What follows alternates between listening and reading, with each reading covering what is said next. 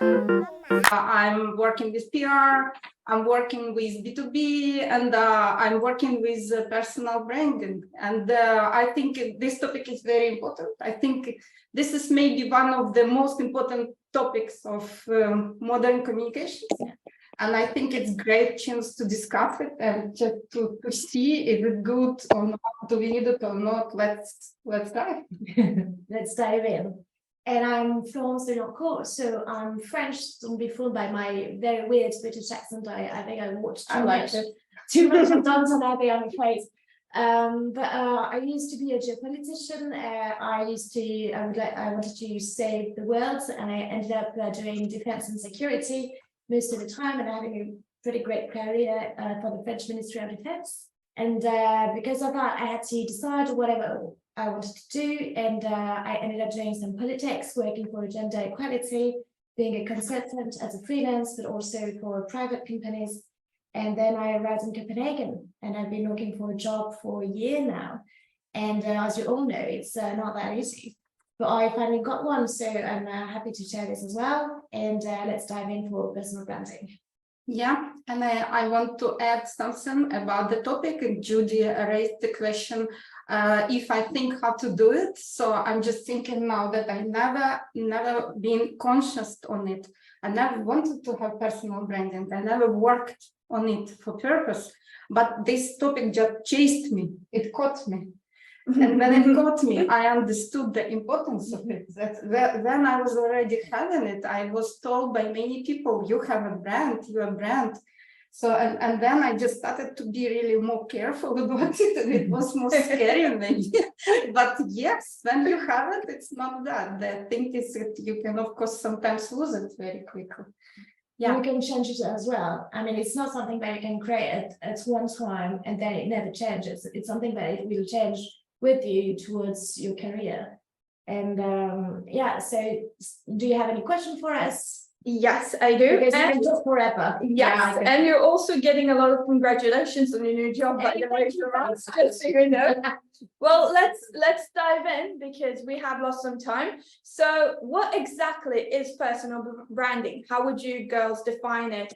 And what is important? Why is it important in today's professional landscape? It's personal branding. If we talk officially, like about definition, this is the set of actions you create to create a very, very good reputation. So people see you. So let's say that people who don't have brand, they are almost invisible. But people with having brand, they are personas who are visible, and visibility, this is the most important thing in modern marketing for brands. And that's to me, it's the main thing. You have a reputation, which is good, which people really want somehow to use even, and you get some things having it. That's for me personal branding. Yeah, I'd say like personal branding is more about how you want people to see you in a professional context, and even in a personal one. And reputation is all about credibility, about your skills, and personal brands to me is about your visibility and the values that you will carry.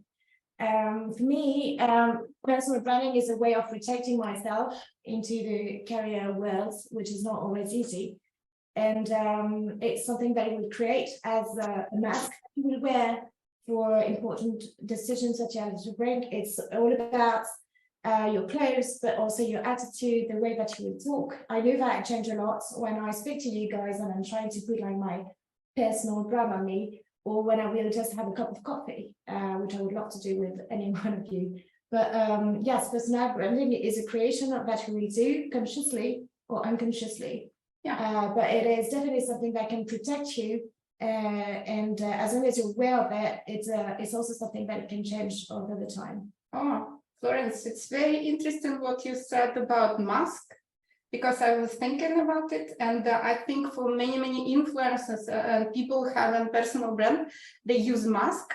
But my idea is the best personal branding nowadays is when you don't use mask, when you are yourself. And in this stage, you need really to understand who are you. So I think that personal branding is delivering your positioning. This is like what we have in advertising, that when we create brands, we start from the brief, we start from thinking like how to make it, and we start from analyzing the very core thing: who are competitors, what is our environment, who we are, what is our main message, what are our values, what is the problem we need to overcome, what is the insight we want to deliver, and why we're doing it, and what we want to change in people, how we move people with all this information we want to deliver to people. And then if it's really true, if it's really you, people trust you. And this is the main thing for building reputation. So nowadays, the most trusted brands are frank brands with a sincere soul, with some values which are probably much more bigger than just finding a job. It's not only about job, it's about like who you are in this world. What do you deliver? Why you're here? Why do you live? For me, personal branding covers even these things. That's why for me it's very, very interesting to develop it. It's just having job, it's only maybe the one part of it, but building community, meeting people, delivering your values. That's really like the way I met you. You know, we met here because I think when we met, we were already having brands, you know, and because we had something to share, we really like stick to each other. We loved each other. We had this passion to do something together. That's because of personal branding, I think. Yes. But I was talking about as a mask because it's something that I put on. It's not something that I live with. I live with on a daily basis, and I won't have to be always on my guard. When I'm talking about personal branding in a professional context, and because of what I've done before, I had to be a little bit more careful about who I was and what I was projecting, the picture I was projecting for others. So what I put on my masks, and maybe we'll talk about it later, but I mean, I was creating this idea, which was very close to what I was, and I agree with you. It has to be very genuine, so you can actually stick to it, so you can actually fit. It has to be like the mask that you want to carry for years. It has to be really you, but it's just like a very nice polish of what you can be, to my mind, at least. It has to be your professional alter ego. It has to be someone that you'll carry with you when you feel like a lack of confidence, or when you have a prep to do, when we have like this LinkedIn Live, or when we do something that is out of our comfort zone. Before we met here today, or just like, I don't know, 15 minutes ago, you asked me about my brand. Yeah. What is it? Yeah. And you just asked, is it like somehow related to being Ukrainian? But I think, yes, if I would, I was thinking about how to define my brand, and maybe I will ask you about yours. Like for me, like following the theory I talked about, I think I have two parts. One is like my human part. I think that my main thing, which I want to deliver to this world, I really stand for openness. I want to be open to people, and I really want to collaborate. This is main idea of my life, maybe, and I don't think I will change it because I see more and more benefits in it. And it's for one part. And for the second part about work, I'm an expert. And I'm an expert, and this is very important. This is my positioning. I'm an expert in communication, and I'm trying to link it both. I want to be openness or part of my expertise, you know. I'm just open to be an expert, and in opposite, when I'm just talking to people, I'm trying also to be an expert. So this is my positioning. This is the way how I build my social media, how I talk to people, how I make lectures, how I create things at work. I'm always keeping this line. This is my personal branding, my positioning of like brand Slava. What about you? Brand Slava. I would say that's very true. You have to figure out what you want to represent. And I have to say that it has changed during the last years. I had to represent, because I was working for a masculine, very toxic environment, but I was also, and that was about what I wanted to drive into this world, and what I wanted to bring was to have this feminine presence, because I wanted to fight for gender equality, and where you used to work, it wasn't at all the case. So that was my two things. First was really like the mask by itself was high heels, tight hair, a little bit of makeup, but not too much. And I had always like one sparkling thing, just because I needed this confidence. And usually it was like a big ring like this one. It was like my power ring that I was putting on to make myself feel confident about the ideas that I wanted to say in the world, which was about feminism and gender equality. So the main thing you deliver is feminism. Yeah, I think so. Wow, that's cool. My daughter would love it too. Yeah. Do you have questions for us, Judy? Yes, I do. What are unique strengths that you can leverage and build your own powerful professional brands, or how can you leverage those? I believe that the unique thing is in you. I don't think we can create artificial unique thing. If you do it, people don't trust you. I think you need to understand, or of course, I think we know what is unique thing in us. Or if you don't know, maybe you can just ask people. I know this thing too, and people just talking to our friends about yourself. I did it, by the way. So I just once, like 3 years ago, I had like I exercised and some training, and the task was to ask people, what do you think about it? And they all told openness. I didn't even think this way. I was just thinking, I'm fine. I'm just a good person, maybe. But they say openness is your key thing. And then I understood that it's good. Yeah, it's good that they see it, so maybe it's important to keep here. Yeah, and to be honest, like 2 weeks ago, I had a friend coming over in Copenhagen, and she happens to be a former colleague of mine when I was working for the French Ministry of Defense.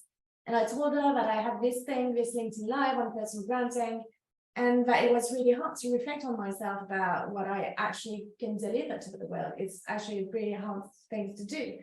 And so I asked her what she thought about me when I was working at the time. And she mentioned all these things that I was doing, like wearing a watch that was only for meetings because it gave me this confidence, or because I was always very proper on my mails and always really like rigorous in the way I was talking to people.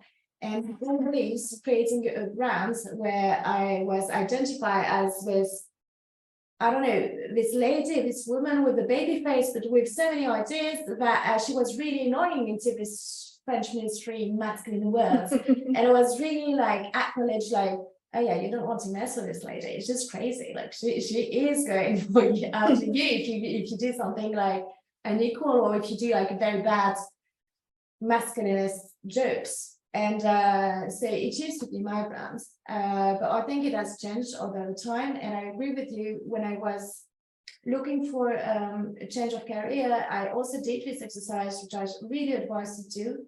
It was to write to at least 5 persons that have been either working with you or are close to you, but not too close, what they think about you. Not family.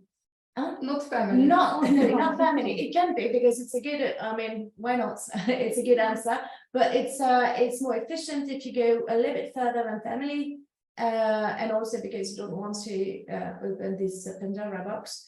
But yeah, just ask others in a very, I don't know, professional way. Like, I would like to know, I'm doing this exercise. Can you just write a couple of things about me? I need just to improve myself, or to know who I am as you see me. And I think that's a very good start to start your personal branding as well. You guys have a lot of recognition within the associates, within the board, and because you have very strong brands, because it's just everyone kind of knows the two of you. And that's a lot of recognition. But I'm sure you've made mistakes. And you see people making mistakes, like you said, Slava, trying too hard or faking it. Yeah. So what are mistakes or common mistakes that you've seen, or that you can name, or things that puts you off people, or personal brands in some ways? Sorry, I would say that to me, the main issue will be, and will be to get a little bit too much out of it, just to go too far into this profile. It's something that you're creating, but it's not quite you. It's you in most of the time it's you, but it is a little bit not you as well. So if the mask is too far away from who you are as how you think, it might go very badly. And just to illustrate, I used to be a chief of staff for the French Ministry of Defense. It was a major success. I was 27. I was the first female. Well, we said female in the military world. That's crazy. I was the first woman. Sorry, I was the first civilian, and I was 27 years old. And if you think that I'm at 33, I look like this. Imagine when I'm 27, I look like a 3 years old. But in any case, I was chief of staff, and it was crazy achievement, but I wanted to be this role model for all the women into this directory, and we were 1,200, so it was a massive thing. And I wanted to be like the role model that I didn't have, because I thought I had hidden the ceiling floor way too early, and I was a little bit ambitious, and I had ideas, and I wanted to put them out there into this man's world. And actually, the idea of being the perfect chief of staff, the perfect illustration of what a woman can do as a civilian. I wanted to be the woman's voice. I wanted to be like the civilian's voice. I wanted to be the perfect chief of staff, but I was also working 13 hours a day. And it actually broke me.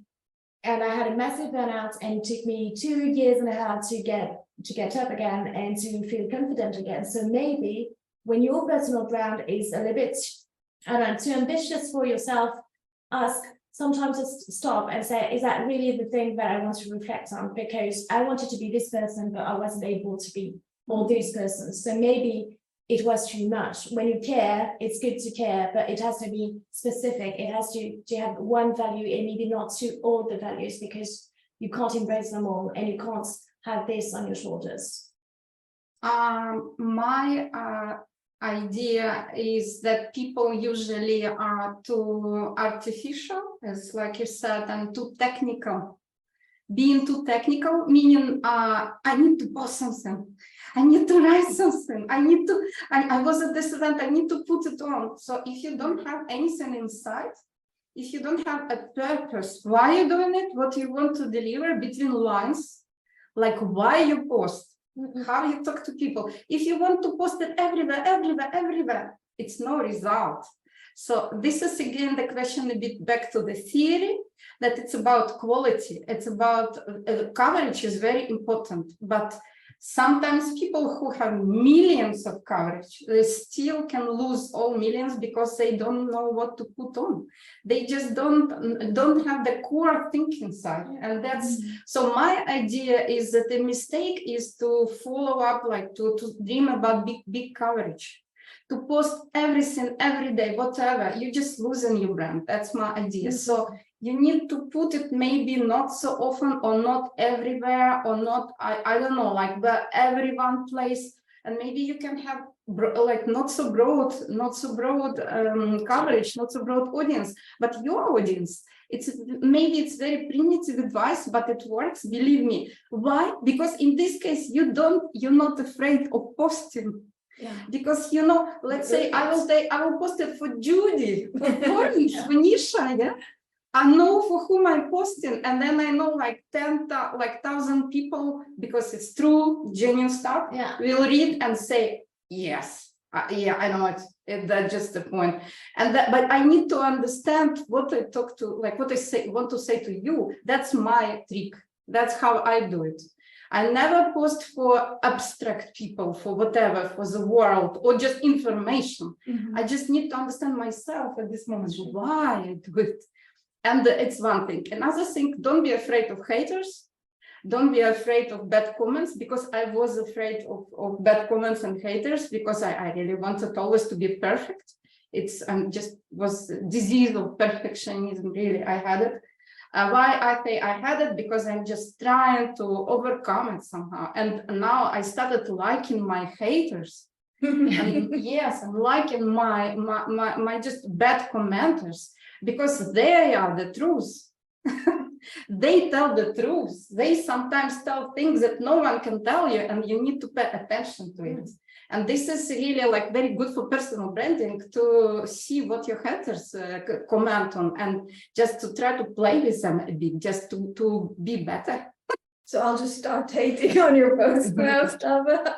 Yeah, so that's maybe things I want to tell. And one more thing about, again, from the theory of branding, be consistent. Yeah, that's what I was about to add. Like, have a focus, be consistent, Yes. tell a story, Yes. rise up from those failures, because I really truly think that failures is also a really big part of personal branding. That's what Walt Disney was saying, because he faced so many times, like a lot of Steve Jobs and so on. And he said that he created his own character because of his failures, or thanks to his failures. And that's what happened to me with my burnouts, because it was a massive failure for me, because I felt like I failed all the women that I was trying to support, and I was trying to carry the message, and I felt like completely helpless and useless and blah blah blah, because the brand was too big for me. It was too much. I was just supposed to be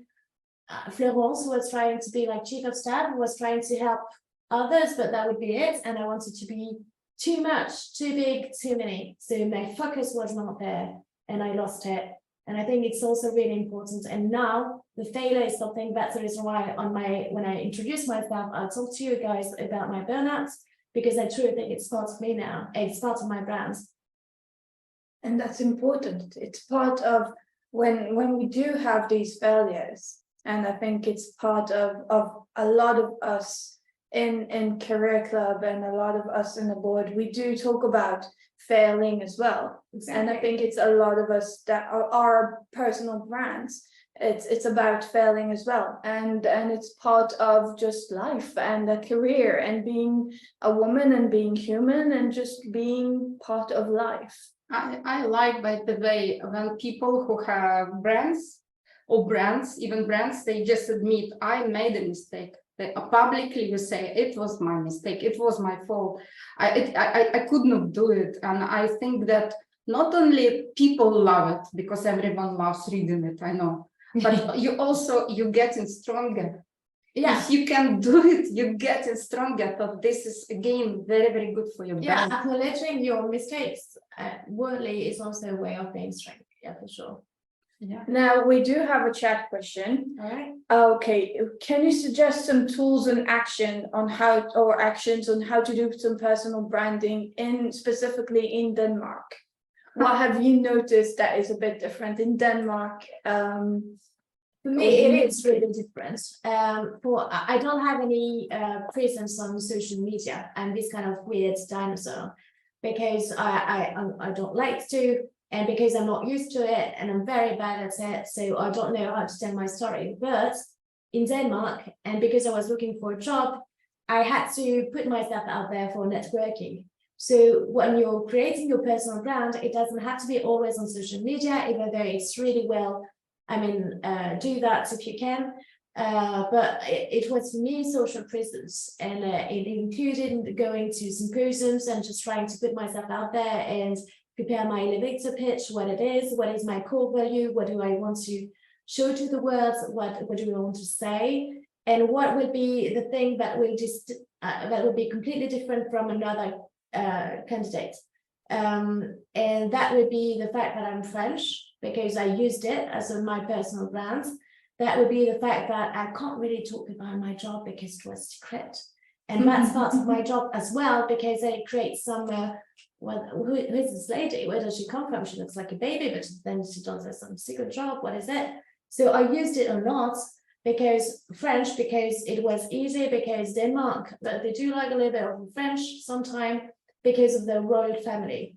So I knew that, so I used it as leverage. And then I used the idea of my secret job, so that I don't have to talk too much about it, because my job is also, my career path is also a bit, is not linear. And then what I did was to put myself out there, even though I didn't like it too much, on social presence, to all these symposiums, going to Career Clubs UK, being in the advisory board committee, that sort of thing. That is wonderful, actually. That is wonderful. And the fact that you had your elevator pitch like put down as well, that is actually a wonderful blueprint of doing it, Florence. As an HR person, I'm floored. That is wonderful. Wow. Wow, like wow. Slava, go. Yeah, I love social media. I love it.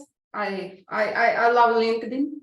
And I think in Denmark, like in every country, like in Ukraine, like in not only in Great Britain, I believe in being an expert, and that's what I'm doing, and maybe that's what I can suggest you to do. I'm sure you are experts in your field. If you even if you're beginner, you're an expert in something, and you just need to write about it, but in a fun way. It's with a style, with your narrative, maybe with your tricks, with your structure. That's of course also a very big part of personal branding.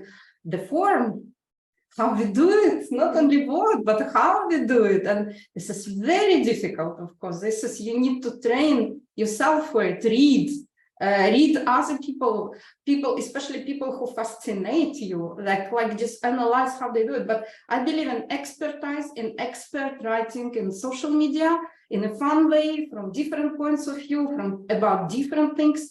But for me, it's all about communications, because communications is very big topic, and I can always find something like related to this topic, but I use my lens of being expert, and I believe it works in Denmark too.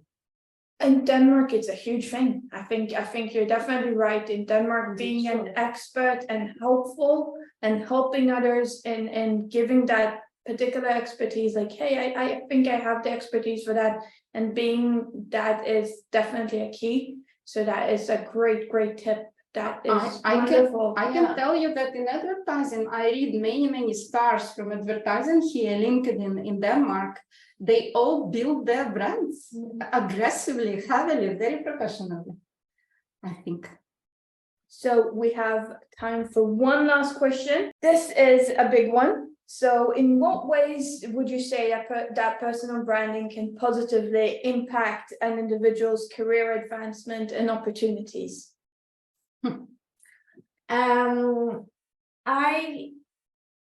I think it can do everything for you if you use it right.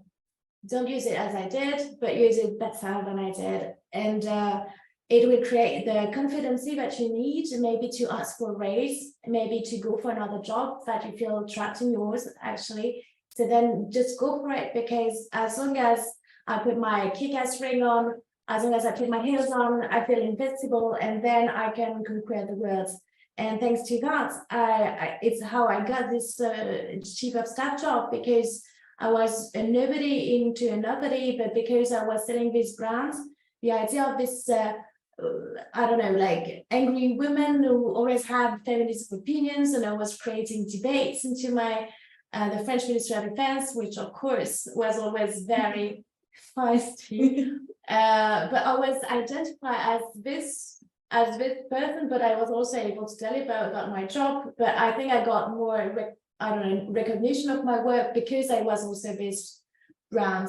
That's thanks to that I got this major chief of staff job, and I was able to do this political and military position, and it was a huge success. Even though it ended badly, it was also a major point into my career, and I can always relate to it even now.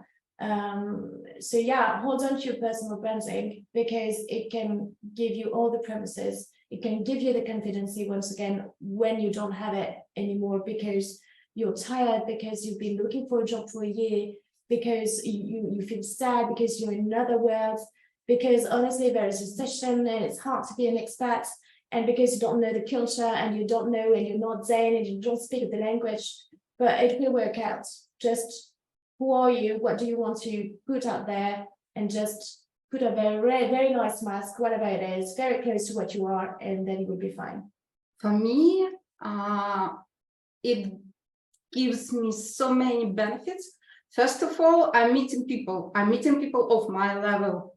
I'm meeting people of my interests. It's very important for my brand. Of course, I've been invited to be a lecturer. I've been invited to consult people, to make like some comments. I've been invited to answer questions in some articles constantly, always, even in Facebook, which I don't like so much now. But and people say, I saw you in Facebook, I saw you in LinkedIn, I saw you in Instagram, and it's just sometimes unexpected for me. But this is, of course, about job too, like HR people, recruiters watch it. Yeah, but for me, it's not only this. Again, it's very much spiritual thing for me. I like building something that people can learn from me, and it gives me a lot of power, a lot of energy, and a lot of optimistic hope that world will be better. Really, that's what it gives me. I know I said that was the last question, but Florence touched on it, and we have a couple more minutes. Right. So I do want to say this because I do know that both of you have a very specific fashion identity. And you said you put on your heels and you put on your ring. And I know you both have this kick-ass fashion. So how does that go with your brands? I think I love how people look. For me, it's important how people look, and I really, sometimes I feel I want to deliver something the way I look. So yeah, that's important for branding, of course. For me, it was very conscious. Like personal branding was not, it's unconscious. It's something that you will build and then you reflect on it and you feel like, oh my God, you have a brand. But you didn't know at the beginning. It's people who will tell you, it's your colleagues, it's your family maybe, so you keep asking them. But clothes was the only thing that I thought about very carefully in a professional world. When I was 21, I went to England and I was a French teacher and I was preparing the kids for Oxford and Cambridge exams. The kids were not kids at all because they were 18 years old. And I was shy and I was introvert and I was 21 and we had 3 years difference and I was supposed to prepare them and I had no prep whatsoever and I had to speak English and that's it. So to me, that's where I started to create this brand about the clothes because I was scared and I was alone and I was in an island and I didn't know what I was supposed to do here. So I put on some French typical clothes, the one that I will feel like really neat into a movie and it felt really good. So I kept doing it. And I can tell you like one practical thing you need if you really sometimes in the morning desperate, you don't have time, you're just desperate to do anything for you, you put one thing maybe, like lipstick if you're a woman, or like one thing like what I have now. Yeah. Yes, something what makes your mood better. You do it for yourself, and then you have a story. Yeah. You have a story of the day. I have a yellow coat. I think everyone kind of knows my yellow coat. Yes. And it just makes me happy. And I just bought it on impulse. And for some reason, people now in Copenhagen know me as the crazy lady with the yellow coat. And it became my brand unintentionally. So ladies, just put on something that makes you be happy. Thank you. Ask us questions. Yeah. And personally, if you need, I'm ready to answer. Exactly. Yeah. You're on LinkedIn and let's connect. That's all part of the personal brand is about. And just come to our events because you'll see her and you'll see her and you'll see me. And that's what we're here for. And thank you everyone for joining us on this lovely Zoom.